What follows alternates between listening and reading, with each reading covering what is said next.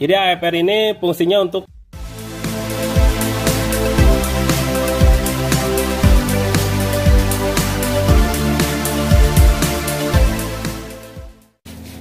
Assalamualaikum warahmatullahi wabarakatuh. Salam gaspol. Jumpa lagi dengan channel kita Tukimin Speed Concept. Saya mau mereview motor ini. Mungkin terlalu banyak barang atau part-part yang terpasang di motor ini, jadi saya akan membagikan di beberapa part ya. Part 1, part 2, part 3. Oke? Dan selanjutnya kita lanjut untuk part 6. Di sini ada knalpot R9 ya. Bisa terlihat dari sini sangat bagus. Untuk diameternya kita akan bongkar dulu. Bos nih beres. Apa bos? Tambah boring. Ini akibat bocor. Siap. Makasih ya. Oke. Nah di sini juga ada di bengkel kita ada bubutan yang bisa mengerjain yang melenting atau yang kasus nyebrang. Jadi kita melakukan proses pembubutan. Ini hasilnya. Jadi untuk kita tuh kalau ngerjain head, untuk meratakannya itu bukan headnya yang berputar, tapi si mesin bubutnya ya yang jalan. Jadi si bendanya diam.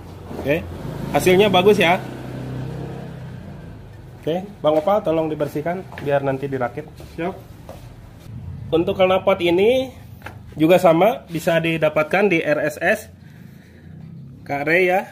Jadi gratis ya, kalau mau dikasih nama gratis. Kayak seperti ini nih. Ini ada nama yang punyanya, Naoki. Oke. Bagus ya. Nah, oke, di sini ada barang aneh ya. Barang aneh yang nggak ada di motor standaran.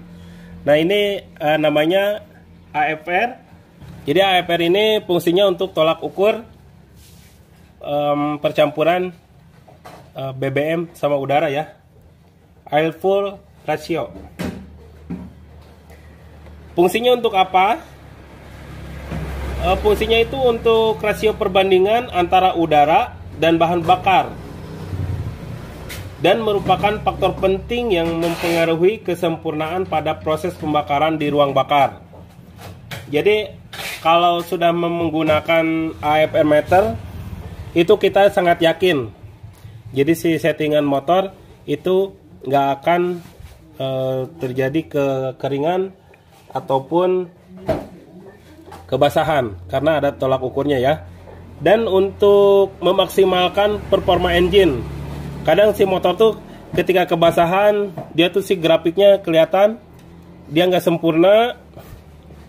Nah, begitupun kalau kekeringan. Nah, biasanya sih kekeringan itu si grafiknya akan bagus, tapi yang ditakutkan si piston bisa meleleh ataupun komponen yang lainnya menjadi rusak. Nah, di situ ya ada patokan AFR ideal. Kalau kita sih mainnya di 12,7. Kurang lebih di segituan lah. Kalau 12,2 masih bisa asal grafiknya bagus. Terus di paling kering itu 12,8. Oke. Dan untuk motor ini di setup atau di mapping pakai 3 mapping. Jadi bisa disesuaikan nanti ketika yang punya motor pakai. Nah, kadang kalau beliau tuh tinggalnya di Garut, kadang suhu atau kadar oksigen di dalam udara beda-beda ya. Jadi bisa mempengaruhi AFR-nya. Untuk knalpot ini harganya di kisaran 2.150.000 atau sampai 2.200.000-an. Nah, untuk AFR meter ini produknya dari produk Bosch tapi sepaket sama eraser. Untuk harganya 3.700.000 itu untuk AFR-nya sama modul. Modulnya dari AF2 ya. Ya oke, AF2. kayaknya kita agak susah ya ini ya melakukan pembukaan knalpot ya. Kita review aja suaranya ya. Oke. Kita review suaranya aja karena untuk mengukur knalpot ini dibutuhkan perjuangan yang lumayan banyak. Jadi kita coba di review aja nyalanya gimana suaranya. Tolong Bang Cian dinyalain untuk stasioner dan digeber-geber.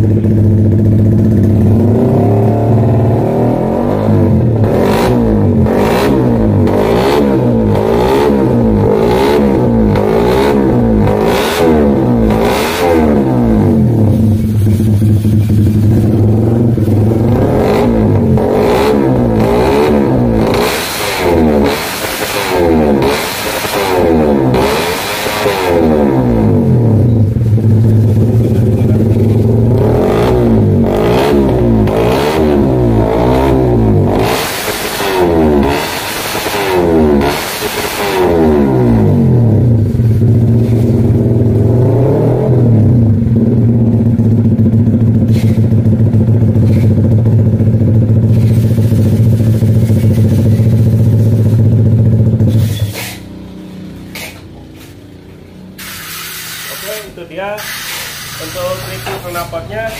Ini untuk spesifikasi motornya 150 cc ya. Atau bisa dibilang sebenarnya ini kalau dibilang MP2 karena bloknya keramik, jadi sekarang udah nggak bisa keramik. Disebut MP2 nggak bisa, disebut MP1 juga karena nggak bisa karena bisa sih sebenarnya, tapi si spoolnya masih aktif, pengisiannya masih aktif. Oke, jadi bisa dibilang ini 150 cc MP1. Oke, untuk kemarin terakhir riset itu horsepower-nya dari berapa Bang Ci? 31. Sebenarnya ini untuk kompetisi udah bisa, mudah-mudahan nanti yang punya mau menjajal motornya di ajang resmi ya. Oke, mohon maaf udah salah kata. Wassalamualaikum warahmatullahi wabarakatuh. Gaspol.